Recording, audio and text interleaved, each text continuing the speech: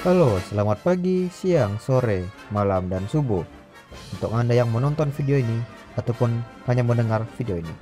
Di sini kami akan menjelaskan tentang metode dan parameter pada pemrograman Java. Apa itu metode? Sebenarnya tanpa kita sadari, kita sering menggunakan metode, yaitu pada sintaks shout atau system out print. Nah, jadi metode yang sering kita gunakan yaitu print buka kurung tutup kurung ini.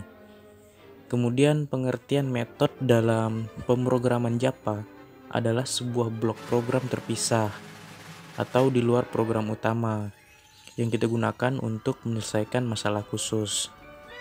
Tujuannya yaitu untuk memecah program kompleks menjadi bagian-bagian kecil sehingga nantinya dapat kita gunakan secara berulang-ulang tanpa harus menulis baris kode yang sama.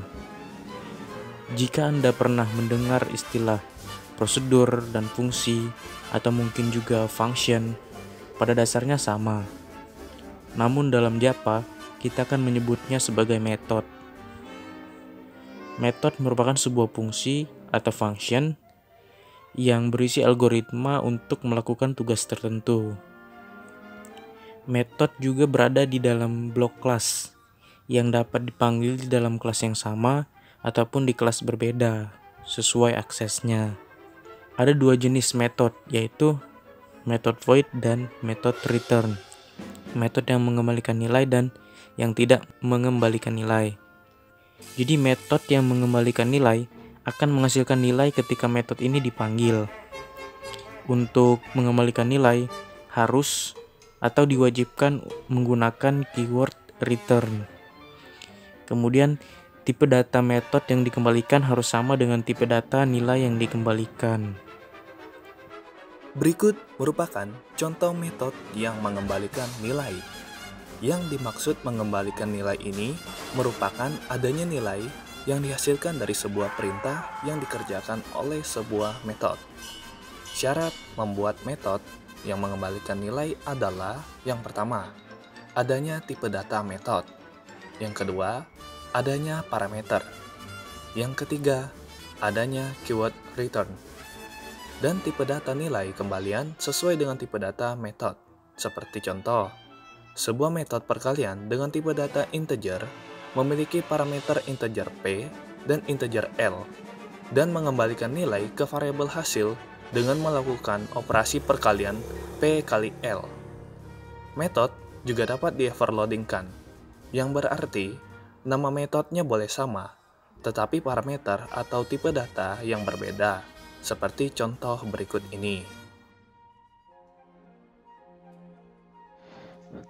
Metode yang tidak mengembalikan nilai. Metode yang tidak mengembalikan nilai biasanya hanya berisi deklarasi atau penampilan tugas yang tidak mengembalikan nilai. Tidak ada tipe data metode sehingga harus dideklarasikan dengan keyword void. Void adalah metode yang tidak memiliki nilai kembali atau return. Biasanya tidak untuk mencari nilai dalam suatu operasi. Untuk mendeklarasikannya, kita harus menambahkan kata kunci void. Agar metode tersebut dapat berjalan, kita perlu memanggilnya pada metode main. Kita harus membuat objek dari kelas yang kita gunakan terlebih dahulu, lalu panggil pada metode main. Berikut contoh metode yang tidak mengembalikan nilai. Sebuah metode yang tidak mengembalikan nilai biasanya hanya berisikan deklarasi atau penampilan tugas yang tidak mengembalikan nilai. Syarat membuat metode yang tidak mengembalikan nilai adalah yang pertama, adanya keyword void. Yang kedua, tidak ada tipe data metode. Yang ketiga, tidak ada keyword return, seperti contoh berikut ini. Berikut cara memanggil dan menjalankan metode di dalam Java. Jika kita ingin memberikan nilai ke metode yang mengembalikan nilai, maka deklarasikan variabelnya terlebih dahulu dan berikan nilai pada variabel tersebut. Namun, ini tidak wajib. Kita dapat langsung mengisi nilai pada metodenya jika diinginkan. Lalu buat variabel objek baru dari kelas yang terkait pada metode. Pada variabel objek, gunakan titik untuk memilih metode. Lalu isi nilai pada parameter metode yang mengembalikan nilai. Metode yang tidak mengembalikan nilai tidak perlu mengisi parameter. Berikut hasil dari program yang telah dibuat.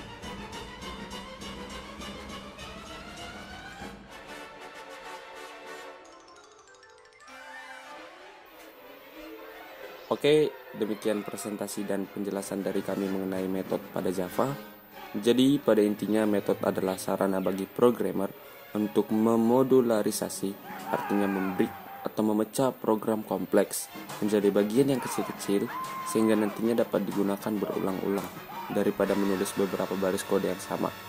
Sekian dari kelompok kami, mohon maaf bila ada kesalahan dan jangan lupa untuk tetap jaga kesehatan dan hashtag di rumah aja.